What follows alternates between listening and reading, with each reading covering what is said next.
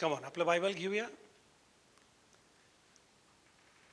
म्हणा माझ्याकडं माझं बायबल आहे. आय रिसीव, आय हिअर,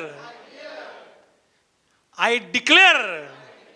तुमचा आवाज सगळ्यांचा येत नाही. परत एकदा आपलं बायबल हातात घेऊन म्हणा माझ्याकडं काय आहे. माझ्याकडं माझं बायबल आहे. म्हणा आय कॅन हिअर, म्हणा आय कॅन रिसीव, म्हणा I can declare. God bless you. या आजच्या म्हणण्यासाठी लुकाचं शुभवर्तमान 4 अध्याय 18 ते 19 वचन, स्तोत्र संहिता 30 अध्याय आणि 5 आजच्या म्हणण्यासाठी.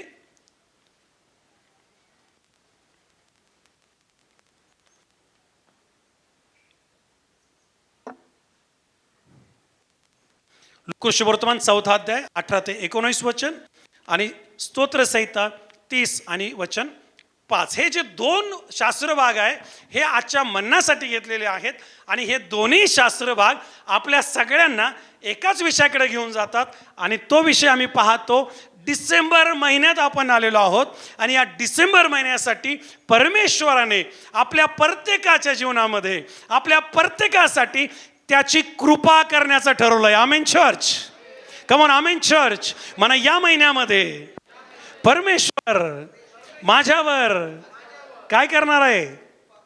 कम ऑन म्हणा या महिन्यामध्ये परमेश्वर माझ्यावर कृपा करणार आहे. आपले दोन्ही हात वर करून हे परमेश्वरा आमच्यावर कृपा कर. म्हणा हे परमेश्वरा. हृदयापासून बोला, जीवापासून बोला. म्हणा हे परमेश्वरा माझ्यावर, माझ्या कुटुंबावर, माझ्या लोकांवर कृपा कर. एक टाळ्याचा अर्पण देवाला देऊया. हालेलुया. जो देव कृपा करणार आहे. आजचा विषय आहे तुमच्यावर कृपा झालेली आहे. हालेलुया. आजचा विषय आहे हा जो डिसेंबर महिना आहे हा कृपेचा महिना आहे. हा जो डिसेंबर महिना आहे हा तुम्हाला कृपावंत करणारा महिना आहे. आणि या डिसेंबरमध्ये परमेश्वराने आपल्या प्रत्येकासाठी त्याची कृपा ठेवलेली आहे. आणि तुम्ही या महिन्यामध्ये त्याची कृपा पावलेले आहात. तुमच्यावर त्याची कृपा होत आहे आणि त्या कृपेचा तुम्ही अनुभव घेणार आहात. आमेन. अनेकदा आपण आपल्या जीवनामध्ये अशा स्थितीतून जातो, प्रार्थना करत असतो, चर्चला येत असतो, उपवास चालू असतात, देवाचं वचन वाचणं आणि मनन करणं चालू असतं, देवाचं भय आम्ही धरत असतो, देवाच्या आज्ञा आम्ही पाळत असतो. आणि हे सगळं चालू असताना, हे सगळं करत असताना आमचे जे आजार आहेत ते आम्हाला बरे होताना दिसत नाहीत. आमच्या ज्या समस्या आहेत त्या आम्हाला सुटलेल्या दिसत नाही. आमच्या ज्या अडचणी आहेत त्याच्यामध्ये वाढ झालेली आम्हाला दिसते. कुटुंब डिस्टर्ब झालेलं दिसतं. कामधंद्यावर जर आहोत त्या ठिकाणी चॅलेंज वाढलेले असतात. शेतीवाडी जर आहे त्या ठिकाणी निसर्गाचा मार पडत असतो. आणि विशेष त्या काळात जास्त घडतं ज्या काळात आपण देवाकडे पाहत असतो, वचनामध्ये असतो, विश्वासामध्ये असतो आणि देवाचा धावा करत असतो. आणि हे आम्ही वारंवार करतो. आणि जी परिस्थिती आहे ती हाताबाहेर गेलेली असते. एखाद्या व्यसनातून आम्हाला बाहेर यायचं असतं, त्याची आम्ही वाट पाहत असतो, प्रभूचं साह्य मागत असतो, परंतु ते व्यसन अजून बळकावलेलं असते. एखाद्या आरोग्याची आपण वाट पाहत असतो, आम्हाला देवाने आरोग्य द्यावं, आम्हाला बरं करावं, आमचे आजार बरे व्हावेत म्हणून आम्ही देवाचा दावा करत असतो. पण आजार तर बरा झालेला नसतो. डॉक्टर म्हणतात आता आजार बरा होणार नाही, शरीर म्हणतं आता आजार बरा होणार नाही, परिस्थिती म्हणते आता आजार बरा होणार नाही. आणि आम्ही अशा एका लेवलला येतो की जिथं आम्हाला सगळं काही थांबल्यासारखं वाटतं. स्वप्न जे आहेत ते त्या ठिकाणी शेवटाच गेल्यासारखे वाटतात. बिझनेस जो आहे तो कुठेतरी येऊन थांबल्यासारखा वाटतो. आर्थिक कर्जाचा बोजा वाढलेला असतो. आम्हाला वेगवेगळ्या प्रकारच्या समस्यांना सामोरे जावं लागतं आणि कळत नाही की आता याला काय तोंड द्यावं. प्रार्थना चालू असतात, देवाकडे मागणं चालू असतं, खूप प्रार्थना केलेल्या असतात, देवाचा धावा केलेला असतो. पण अशा एका लेवलला आपण येऊन थांबतो की पुढं जायला काही उरत नाही, पुढं काही दिसत नाही, सगळं काही ब्लॉक स्टक झालेलं वाटतं, सगळं काही थांबलेलं वाटतं, सगळं काही स्टॅग्नेटेड झालेलं वाटतं. चर्च याच परिस्थितीला असं म्हणतात की कृपेपासून दूर असलेला, देवाच्या फेवरपासून लांब असलेली. आम्ही अशा परिस्थितीतून जात असतो की त्या परिस्थितीतून आम्हाला फक्त आणि फक्त आता देवच काहीतरी करू शकतो. आमच्यात एबिलिटी उरलेली नसते, आमच्याकडे काही पात्रता उरलेली नसते, आमच्या शक्तीने तो आजार बरा होणार नसतो, तो बिझनेसवर जाणार नसतो, तो प्रश्न सुटणार नसतो, ते वादळ शांत होणार नसतं. आणि या स्थितीत जेव्हा आम्ही आलो, अशा स्थितीमध्ये ही जी देवाची कृपा आहे ना, ही जी देवाची मेहर नजर आहे ना, तीच एकमेव मार्ग उरलेला असतो की तीच आता काहीतरी करू शकते. आणि म्हणून या डिसेंबर महिन्यामध्ये, या नाताळ सीझनमध्ये परमेश्वराने ठरवलंय की जे तुम्ही आणि मी एका विशिष्ट लेवल येऊन थांबलेलो आहोत, आम्हाला पुढे जायला काही सुचत नाहीये, आम्हाला पुढे जाण्यासाठी काही पुश करणारा नाहीये, आमच्या प्रार्थना थांबल्यासारख्या आहेत, आमचे स्वप्न थांबल्यासारखे आहेत, आजार बरे झालेले नाही आहेत, लेकरांचे प्रश्न सुटलेले नाही आहे, आर्थिक बोजातून आम्ही हलके झालेलो नाही आहे, आणि कुटुंबामधलं वातावरण विरोधात गेलेलं आहे, शेतीबाडीमध्ये नुकसान आहे, भाऊबंधांकडून नातेवाईकांकडून सगळीकडून आम्ही घेरल्या गेलेलो आहे. आता काही दिसत नाही, असं वाटतं हे सगळं इथं संपणार, माझा शेवट झालाय, आता इथं काही थांबलेलं आहे, आता मी पुढे जाऊ शकत नाही. अशा स्थितीमध्ये आज मला हे जाहीर करू द्या, तुम्ही थांबलेले असाल, आजार भडकवलेले असतील, समस्या वाढलेल्या असतील, प्रार्थना ऐकल्या गेलेले नसतील, विश्वास जो आहे तो तुमचा विश्वास जो आहे तो अजून संपादन केला नसेल, याचा अर्थ हा नाही की देव तुम्हाला आणि मला विसरलेला आहे, देवाने आमच्याकडे दुर्लक्ष केलेलं आहे. याचा अर्थ हा नाही की देव आमच्याबद्दल विचार करत नाहीये. जर तो आमच्याबद्दल विचार करत नसता चर्च, तर ऑक्टोबरमध्येच ती समस्या आम्हाला घेऊन गेली असती. जर तो आमच्याबद्दल विचार करत नसता, तर ऑक्टोबरमध्येच आमचं जीवन संपलं असतं, नोव्हेंबरमध्येच आमचं जीवन संपलं असतं, नोव्हेंबरमध्ये तो आजार विजयी झाला असता, ते व्यसन विजयी झालं असतं, ते कर्ज विजयी झालं असतं, तो मोह विजयी झाला असता, ते खोट कचेरी विजयी झाली असती, तो वादळ विजयी झाला असतं. पण देवाने तसं होऊ दिलं नाही. कदाचित तुम्ही ऑक्टोबरमधून गेले, नोव्हेंबरमधून गेले, वर्षभर गेले, पण आता देव तुम्हाला डिसेंबरमध्ये घेऊन आलेला आहे. आणि या डिसेंबरमध्ये देव असं म्हणतो की ज्या परिस्थितीत तो आहे, माझ्या मुली, माझ्या मुला, मी त्या परिस्थितीमध्ये तुझ्यावर कृपा करणार आहे, मी तुझ्यावर कृपा करणार आहे. ना शक्तीचे ना सामर्थ्य, हे होणार आहे जिवंत देवाकडून, हे होणार आहे पवित्र आत्म्याकडून, हे होणार आहे महान देवाच्या वचनाद्वारे. आणि या महिन्यामध्ये त्या विश्वासाने पुढे चालूया, या महिन्यामध्ये त्या फेवरमध्ये पुढे चालूया, आणि हे रोज डिक्लेअर करूया, हा माझा महिना आहे, हे माझं सीझन आहे, परमेश्वर माझ्यासाठी काहीतरी करणार आहे. काही दिवसापूर्वी मला एका भावाचा फोन आला, पास्टर आमच्यासाठी प्रार्थना करा. माझी मिसेस ही एका ठिकाणी जॉब करते आणि तिची बदली व्हावी म्हणून प्रार्थना करा. मला 2 लेकरं आहेत, मी एका जिल्ह्यात राहतो, माझी मिसेस माझ्यापासून 4 जिल्हे लांब आहे. खूप हाल होतात, भयंकर प्रकारची परिस्थिती आहे. म्हटलं बदलीची काही प्रक्रिया, सगळ्या प्रक्रिया केल्यात, सगळ्यांकडे गेलो, पार मंत्र्यांपर्यंत गेलो, सगळे फेवरमध्ये आहेत. सगळे म्हणतात ठीक आहे, पण तिथला जो साहेब आहे तो फेवरमध्ये नाही आहे, तो बदलीला मान्य नाही आहे, तो साईनच करायला तयार नाही आहे. आम्ही अनेकदा गेलो, त्याच्यासमोर रडलो, हात जोडले, त्याला सांगितलं आमच्या असे प्रॉब्लेम आहे, तो सगळं ऐकून घेतो, पण तो म्हणतो की बदलीचं नाव घ्यायचं नाही आणि तुम्ही प्रार्थना करा. मी प्रार्थना केली, त्या भावाने प्रार्थना केली, त्याच्या पत्नीने प्रार्थना केली. दिवसामागून दिवस चालले, 1 महिना, 2 महिने, 3 महिने, 4 महिने, 1 वर्ष, 2 वर्ष, 3 वर्ष. त्यांचे अश्रू वाढत आहेत, त्यांचं दुःख वाढत. एकदा मला त्या भावाचा फोन आला, पास्टर काय झालं, आता प्रार्थना करूशी वाटत नाही, आता प्रार्थना कुठपर्यंत करायची, आता प्रार्थना किती करायची, सगळे तयार आहे, वरतून तयार आहेत, वाटेल ते प्रयत्न केले, साहेब तयार नाहीये, आणि आम्हाला असं वाटतंय की साहेब हे होऊच देणार नाहीये, आता काय करायचं. म्हटलं ठीक आहे, आता प्रार्थना नको करू, आता काही नको करू, आता फक्त एकच गोष्ट म्हणूया, हे देवा आता आमच्या शक्तीच्या पलीकडे, आता आमच्या कॅपॅसिटीच्या पलीकडे, आता आम्हाला तुझ्या कृपेची गरज आहे, आता तूच कृपा कर, आता तूच कृपा कर, आता तूच कृपा कर. काही दिवसाने त्या पालकाचा मला फोन आला, म्हणजे पास्टर एक साक्ष सांगायची. म्हटलं काय झालं. देवाने असं कार्य केलं, काही दिवसापूर्वी माझी मिसेस त्या साहेबाला भेटायला गेली, आणि साहेबाला भेटायला यासाठी नव्हती गेली की बदली व्हावी म्हणून, काम होतं म्हणून. आणि त्यावेळेस तो साहेब म्हटला, ऐक ना, तुझा तो जो अर्ज आहे बदलीचा, त्याच्यावर मी साईन केलेली आहे, आणि मला त्याच्यावर साईन करायची नव्हती, कारण तुझी सर्व्हिस चांगली आहे, माझी इच्छा तू इथं राहावं, आणि मी मनातून ठरवलं होतं मला हे करायचं नाही. पण 2 दिवसापूर्वी जेव्हा मी झोपी गेलो, त्या झोपेमध्ये मला फार भीती वाटली. मला फार भय वाटलं आणि मला असं वाटलं की मी कोणावर तरी अन्याय करत आहे. आणि मी सकाळी उठल्यावर विचार करतो मी कोणावर अन्याय करत आहे. आणि माझ्यासमोर तू आली आणि मी त्याच सकाळी तुझ्या फाईलवर सही केलेली आहे. याला म्हणतात देवाची कृपा, देवाची दया, देवाची मेहरबानी, देवाचा फेवर. बहिणींनो आणि भावांनो, या महिन्यामध्ये तुमच्या आणि माझ्यासाठी हेच घडणार आहे.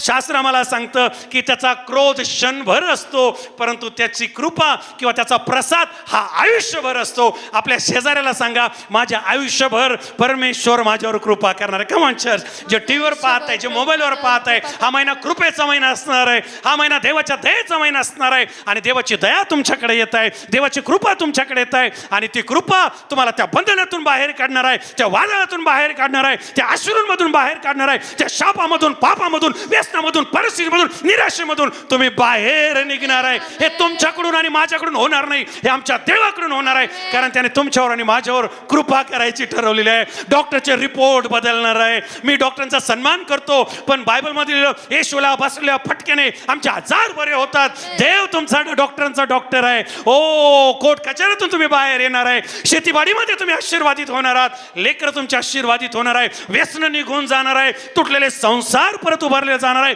तुमचे बिझनेस वाढणार आहे. तुम्ही आर्थिकरित्या आशीर्वादित होणार आहात, कारण परमेश्वर तुमच्यावर कृपा करणार आहे. एक टाळ्याचं अर्पण त्या देवाला द्या, ज्या देवाने या महिन्यामध्ये तुमच्यावर कृपा करायची ठरवली. आजार गेले जे आहेत त्याच्यावर देवाची कृपा होत आहे. व्यसनावर देवाची कृपा होत आहे. समस्येमध्ये देवाची कृपा होत आहे. देव त्यातून आम्हाला बाहेर काढणार. या महिन्यामध्ये एक गोष्ट लक्षात ठेवा की परमेश्वर त्याचा कृपा प्रसाद तुमच्या दिशेने पाठवत आहे. लोकांचं शुभवर्तमान 4 अध्याय, जे सुरुवातीला मी तुम्हाला 2 वचने सांगितले. मी तुम्हाला स्तोत्र 30 आणि वचन 5 सांगितलं, आणि तुम्हाला लूका शुभवर्तमान 4 अध्याय आणि त्याचं 18 आणि 19 वचन सांगितलं. ज्या वेळेस येशू ख्रिस्त नासरेतमध्ये गेला, या नासरेतच्या लोकांनी येशूचा स्वीकारच केला नाही. त्यांनी त्याला देव म्हणून स्वीकारलंच नाही. ते म्हणले, अरे हा सुताराचा मुलगा, याची आई आम्हाला माहिती, याचा बाप आम्हाला माहिती, याचे भाऊ बहिणी आम्हाला माहिती. त्यांनी येशू त्यांच्यासमोर चिन्ह चमत्कार करत होता, त्यांनी येशूला सन्मानच दिला नाही. आणि एक दिवस येशू त्याच नासरेतात गेला, आणि योगायोगाने किंवा त्या ठिकाणी तो शब्बात होता, आणि या शब्बातच्या दिवशी आम्ही पाहतो येशू मंदिरात गेला. आणि मंदिरात गेल्यानंतर प्रभू येशू ख्रिस्ताला त्या ठिकाणी बायबल म्हणजे त्या काळामध्ये नवीन करार नव्हता, संदेशाचे पुस्तकही ते आम्हाला पाहायला मिळतात एकत्र जुळलेले नव्हते, तर त्याला यशाचा ग्रंथ दिला गेला. आणि ज्यावेळेस येशाचा ग्रंथ त्याला दिला गेला, लूकाचं शुभवर्तमान 4 अध्याय आणि 18-19 वचन, येशू ख्रिस्ताने ते वाचायला सुरुवात केलं. आणि ते वचन असं होतं की परमेश्वराचा आत्मा माझ्यावर आलेला. लक्षपूर्वक ऐका चर्च.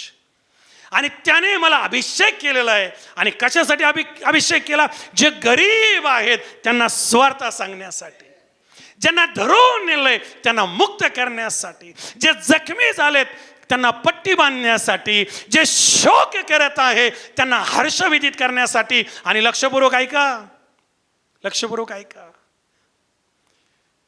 जे निराश आहेत, जे पीडित आहेत, जे टेन्शनमध्ये आहेत, जे आजारी आहेत, जे जर्जर झालेले आहेत, हे जाहीर करण्यासाठी की हे वर्ष त्यांच्यासाठी परमेश्वराच्या कृपेचं वर्ष असणार आहे. हे जाहीर करण्यासाठी देवाचा आत्मा माझ्यावर आलाय. हे येशू ख्रिस्त त्या लोकांना बोलत आहे. कोणत्या लोकांना? जे येशूवर विश्वास ठेवत नव्हते. कोणत्या लोकांना? जे लोक येशूला स्वीकारत नव्हते. त्यांच्यासाठी येशू ख्रिस्त जाहीर करतो की परमेश्वर तुमच्यावर कृपा करणार आहे. आज मी त्याच प्रभू येशूच्या नावामध्ये आपल्या प्रत्येकासाठी जाहीर करतो. आता परिस्थिती तुम्हाला विश्वास ठेवू देत नसेल, आजार तुमच्या विरुद्ध गेलेला असेल, तुम्ही प्रार्थना करून थकलेले असाल, तुम्ही सगळं काही करून थांबलेले असाल, तिथंच थांबा. देवाची कृपा तुमच्याकडे येत आहे. हा महिना कृपेचा महिना आहे. हे वर्ष कृपेचं वर्ष आहे. आणि ती कृपा तुम्हाला पुढे घेऊन जाणार आहे. तुमचे अश्रू पुसल्या जाणार आहे. तुमचा शोक दूर होणार आहे. राखेच्या ऐवजी तुम्हाला भूषण दिल्या जाणार आहे. तुमचे अश्रू आनंदामध्ये बदलणार आहे. तुम्हाला देव या ठिकाणी जाहीर करतो की तू माझा मुलगा आणि तू माझी मुलगी आहे. मी तुझ्यावर कृपा करणार आहे. म्हणा, परमेश्वर माझ्यावर कृपा करणार आहे. परमेश्वराची जी कृपा आहे ना, ती पापांची क्षमा करते. परमेश्वराची कृपा आयुष्य वाढवते. परमेश्वराची कृपा शत्रूशी समेट घडवते. परमेश्वराची कृपा उन्नती देते. उन्नती पूर्वेकडून नाही, पश्चिमेकडून नाही, उन्नती परमेश्वराकडून आहे. चर्च, आणि ती उन्नती जर मला पाहिजे तर परमेश्वर माझ्या बरोबर असला पाहिजे. आणि त्यासाठी मला त्याच्या कृपेची गरज आहे. मला बायबल स्टडीमध्ये वाढायचंय, कृपा पाहिजे. मला प्रार्थनेमध्ये वाढायचंय, कृपा पाहिजे. मला देवाचं काम करायचंय, कृपा पाहिजे. मला यशस्वी व्हायचंय, कृपा पाहिजे. मला बंधनमुक्त व्हायचंय. बोला, काय पाहिजे चर्च? कृपा पाहिजे. हालेलुया. देवाचा आत्मा माझ्यावर आलेला आहे. To proclaim this is the month of the grace of the Lord. Amen. This is the month of the mercy of the Lord. हे सीझन तुमच्यावर परमेश्वर कृपा करणार आहे. हा संदेश आपल्या आत्म्यामध्ये उतरून घ्या. आपल्या लेकरांसाठी, आपल्या कुटुंबासाठी, आपल्या भावी जीवनासाठी परमेश्वर कृपा करण्याचं ठरवत आहे. त्याची कृपा तुम्हाला शोधत आहे. कदाचित तुम्ही त्याच्या कृपेपासून दूर असाल. बहुत काळ झाला त्याची कृपा तुम्हाला दिसत नसेल. पण मला आपल्याला सांगू द्या, ज्या बेडवर तुम्ही आहात, ज्या दुःखात तुम्ही आहात, ज्या त्रासात तुम्ही आहात, ज्या वेदनेत तुम्ही आहात, त्या वेदनेत देवाची कृपा तुमच्यापर्यंत येत आहे. आणि तीच कृपा म्हणणार आहे, चल आपली बाज उचल आणि चालू लाग. तीच कृपा म्हणणार आहे की नवीन द्राक्षरस येणार आहे. तीच कृपा म्हणणार आहे, या भाकरी पुरवून उरणार आहे. आमचा देव हा पुरवठ्याचा देव आहे. आमचा देव अशक्य गोष्टींना शक्य करणारा देव आहे. Hallelujah, hallelujah. हालेलुया. हालेलुया. देवाने अब्रामाला म्हटलं, अब्रामा, मी तुझं कल्याण करेल. मी तुझ्यापासून राष्ट्र तयार करेल. मी तुझं नाव मोठं करेल. देव अब्रामाला म्हणते, अब्राम, मी तुझ्या कृपा करेल. अब्राम त्याच्या शक्तीने राष्ट्राचा सोडा एक गाव तयार करू शकला नसता. कल्पना करा, जर त्याच्याकडे एक जनावर आहे, त्याच्या शक्तीने 2, 4, 10 करू शकला असता. हजारो कधीच झाले नसते.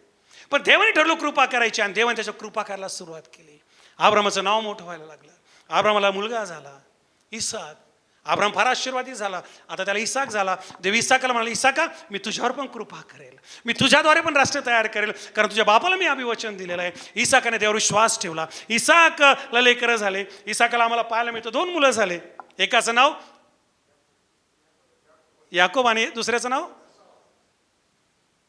पहिल्याचं नाव यसाव, दुसऱ्याचं नाव याकोब. लक्षपूर्वक ऐका. या दोन्ही लेकरांना देव म्हणाला, मी तुमच्यावर पण कृपा करेल. विशेष याकोबाला तो म्हणाला की मी तुझं नाव बदलेल आणि तो आता इस्रायल होशील आणि मी तुझं कल्याण करेल. याच ठिकाणी, याच जागेवर जिथं मी तुला दृष्टांत दिला की एक शिडी आहे, देवदूत खालीवर येतात, इथंच देवाचं गाव बेथल बांधलं जाईल आणि मी तुझ्याद्वारे मोठ्या गोष्टी करेल. आणि याकोबाने देवावर विश्वास ठेवला. याकोबाला 12 मुलं झाले.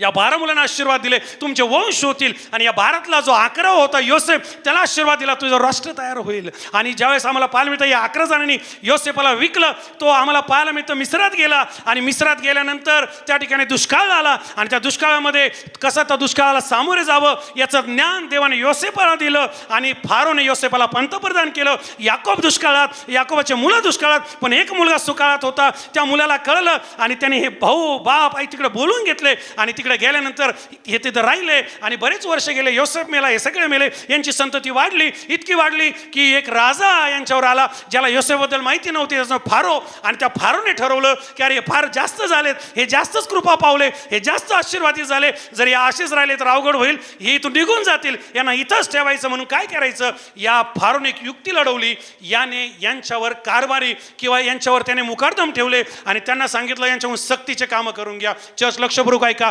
परमेश्वराची कृपा कधीच कमी पडत नाही. परमेश्वराची कृपा आम्हाला कधीच सोडत नाही. परमेश्वराची कृपा ही कृपाच असते आणि ती कृपा कधी तिला एंड नाही, काय नाही, कारण ती कृपा वाढणारी असते. आणि आम्हाला पाहायला मिळतं की ज्यावेळेस त्यांना विटा करायला लावल्या जात होत्या, त्यांना गारा करायला लावल्या जात होत्या. आणि हे काम जे होतं हे सक्तीचं काम होतं. सक्ती म्हणजे कळतं, जर तुम्हाला 8 तास तुम्ही एका ठिकाणी कामाला आहे आणि रोज 8ला जात आहे, आणि जर समोरच्याने सक्ती केली तर तो तुम्हाला 10 पर्यंत ठेवू शकतो आणि 12 पर्यंत ठेवू शकतो आणि रात्रभरही ठेवू शकतो. त्याला म्हणतात सक्ती. आणि तुम्ही तसं नाही केलं तर तुमचं राशन पाणी बंद होऊन जातं. आजच्या काळात पगार आहे, त्याकडे राशन पाणी असायचं. त्यांच्यावर सक्ती केली आणि शास्त्र आम्हाला सांगतं त्यांना एवढा त्रास व्हायला लागला, त्यांना नको नकोसं झालं आणि त्यांनी परमेश्वराकडे धावा केला. त्यांनी परमेश्वराकडे दया मागितली आणि ते परमेश्वराला म्हणाले की देवा आमच्यावर दया कर. आणि त्यांनी देवाला आरोळी मारली. शास्त्र आम्हाला सांगतं निर्गमचं पुस्तक याचा 1ला अध्याय आणि त्या ठिकाणी तुम्ही जर पाहिलं 13 वचनामध्ये ते देवाचा धावा करत आहे किंवा त्यांना त्या ठिकाणी त्रास होत आहे. शास्त्र आम्हाला सांगतं निर्गम 2 आणि वचन 23 ते 25 मध्ये की त्या ठिकाणी ते देवाला आरोळी मारत आहेत. आता मला तुम्हाला विचारू द्या चर्च, जसे हे आरोळी मारत आहेत, हे धावा करत आहेत, हे आकांत करत आहे, आक्रोश करत आहे, हे रडत आहे, हे उसासे टाकत आहे, यांची प्रार्थना काय असेल माहिती आहे का? मी त्यांची प्रार्थना ऐकतो. त्यांची हीच प्रार्थना असेल, परमेश्वरा तो आमचा पूर्वज अब्राहम याला म्हणाला, मी तुझं कल्याण करेल, मी तुझं नाव मोठं करेल, मी तुझ्याद्वारे राष्ट्र तयार करेल, मी तुझ्यावर कृपा करेल. आणि देवा तू हे केलं, तू अब्राहमाबरोबर हे केलं, इसकाबरोबर हे केलं, याकोबाबरोबर केलं. आणि देवा आमच्या काय हाल चाललेत, आमची किती भयानक स्थिती आहे. शास्त्र मला सांगतं हे लोक 430 वर्ष गुलामगिरीमध्ये आहेत. किती वर्ष? 430 वर्ष. मागील काही काळापासून जर आमच्या प्रार्थना ऐकल्या गेल्या नाहीत, याचा अर्थ हा नाही की देवाने आम्हाला सोडले. मागील काही वर्षापासून जर आमच्या जीवनात देवाचं काम झालं नाही, याचा अर्थ हा नाही की देवाची कृपा कमी पडायला लागली. अरे त्याची कृपा कधीच कमी पडत नाही. त्याची कृपा नेहमी वाढणारी कृपा आहे. तो तुम्हाला आणि मला कृपा आणि दयांचा मुकुट घालणारा देव आहे. तो आमचं पात्र भरून वाहायला लावणारा देव आहे. तो आमचा देव जो आहे ना, तो कृपा करणारा देव आहे. आणि शास्त्र मला सांगतं 430 वर्षानंतर जेव्हा आरोळी करायला लागले, देवा आमच्या कृपा कर, देवा आमच्या हाल चाललेत, देवा आम्हाला सहन होत नाहीये, आम्हाला खूप त्रास होत आहे.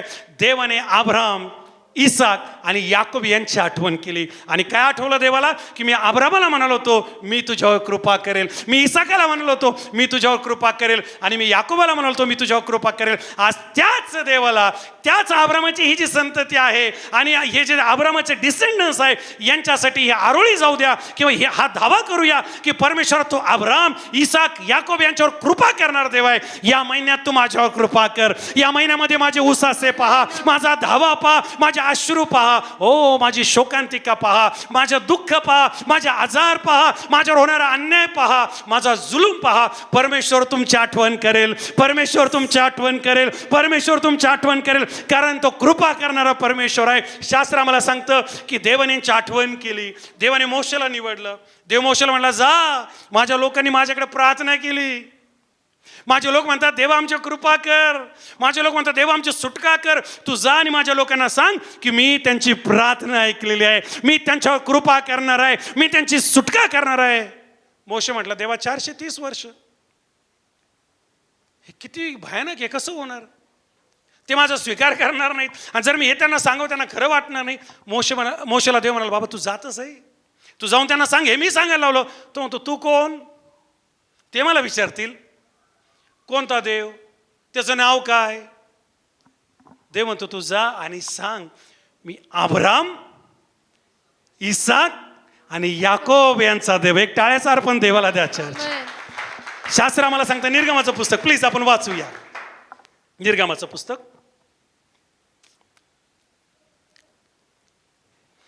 1 अध्याय 13 वचन प्लीज पटकन.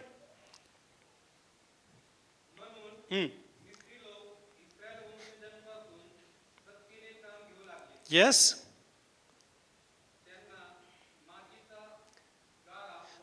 मातीचा गारा आणि विटा करायला लावी. पुढे त्या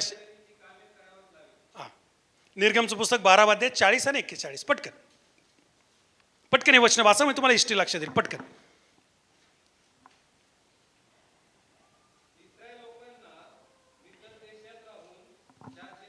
ऐकताय चर्च? मी 430 शब्द वापरला बायबलमध्ये, तुम्हाला सांगतो किती वर्ष झाले होते. प्लीज वाचा विनम्र. हा पुढे. त्याच दिवशी परमेश्वराने सर्व सेना मिस्रातून बाहेर निघाले. निर्गमचं पुस्तक 2 अध्याय 23 पासून पुढे वाचा प्लीज लवकर.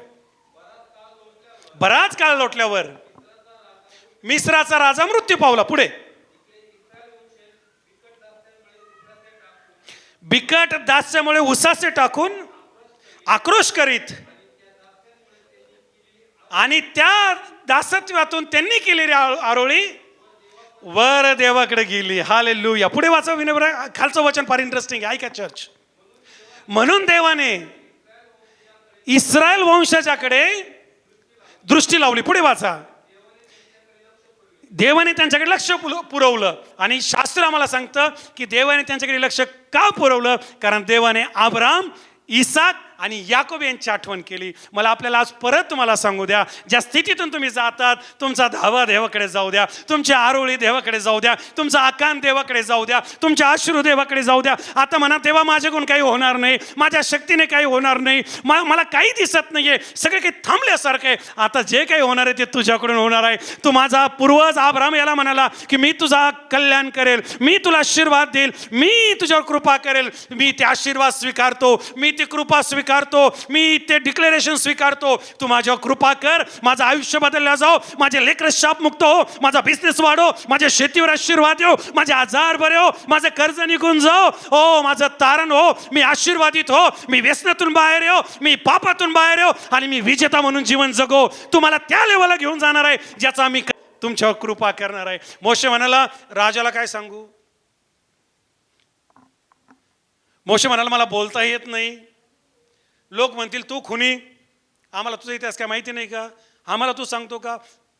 देव म्हणाला, याची काहीच काळजी करू नको, मी अशा गोष्टी करणार आहे तुझ्याद्वारे की ज्या पाहून फारो हे कबूल करेल की मी भयप्रद कृत्य करणारा देव आहे, मी अद्भुत चिन्ह आणि चमत्कार करणारा देव आहे. मी तांबड्या समुद्र दुभांगेल, मी त्यांच्यावर पिढा पाठवेल, मी त्यांना हलवून टाकणार आहे आणि माझे लोक आशीर्वादित होणार आहे. चर्च, आज मला आपल्या प्रत्येकाला सांगू द्या, आमचा देव अद्भुत गोष्टी करणार देव आहे. हा महिना जो आहे हा नाताळाचा महिना आहे आणि या महिन्यामध्ये 2023 वर्षापूर्वी देवाचा पुत्र जन्माला आला आणि त्याला शांतीचा अधिपती आणि अद्भुत मंत्री म्हटलं गेलं. हा अद्भुत देव तुमच्या पडलेल्या जीवनामध्ये, तुमच्या निराश जीवनामध्ये, तुमच्या दयनीय अवस्थेमध्ये, तुमच्या त्या बोजामध्ये, तुमच्या त्या हुसास्यामध्ये, आकांतामध्ये, त्रासामध्ये त्याची कृपा पाठवणार आहे, त्याची कृपा तुमच्यावर होणार आहे. तुम्ही आशीर्वादितच होणार, कारण देवाने तुम्हाला नाव घेऊन आशीर्वाद करायचे ठरवले.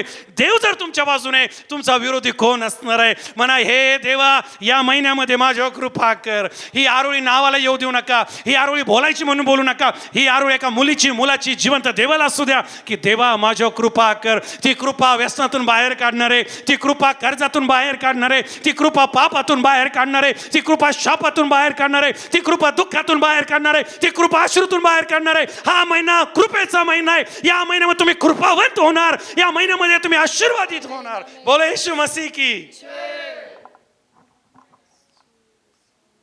म्हणा, मी कृपावंत आहे. कृपावंत आहे. म्हणा, प्रभू येशूमध्ये मी कृपावंत आहे. प्रभू येशूमध्ये मी कृपावंत आहे.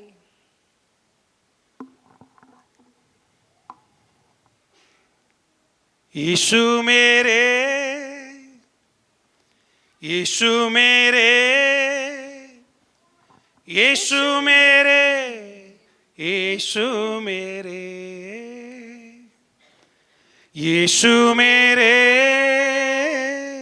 यीशु मेरे, यीशु मेरे, यीशु मेरे. तेरी दया, तेरी कृपा, तेरा अनुग्रह मुझ पे हुआ. यीशु मेरे, एवरीबॉडी, यीशु मेरे, यीशु मेरे, यीशु मेरे, यीशु मेरे, यीशु मेरे, यीशु मेरे, यीशु मेरे. यीशु, मुझे तेरे मिलने से मुझको जीने की चाहत हुई. आई खुशियाँ जीवन में मेरे, उम्मीदें फिर जाग उठी. सर्वजण